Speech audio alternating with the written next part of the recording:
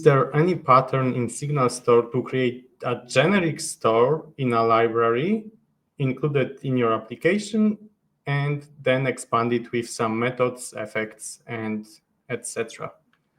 Yes, I believe there is a possibility. As far as I understand your question, Adam, so recently in my application, I created something like with template entities. And let's say I have like a lot of very similar interface entities which share exactly same like endpoint for every of them. And I created like some generic store, as you mentioned, like with template entities, something like that. I don't remember exactly that name right now.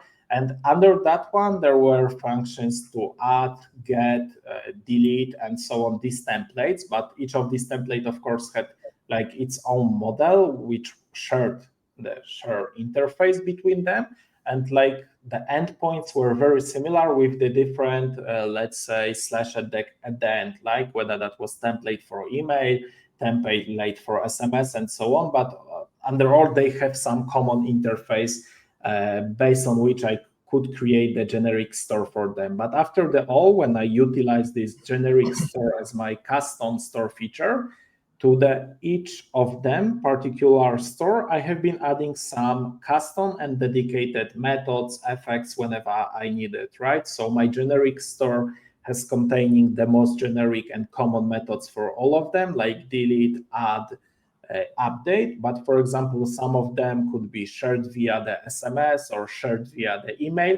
And all those dedicated methods actually were these methods which you call expanded, right? So had the generic store and expanded it with my custom methods. So definitely it's possible.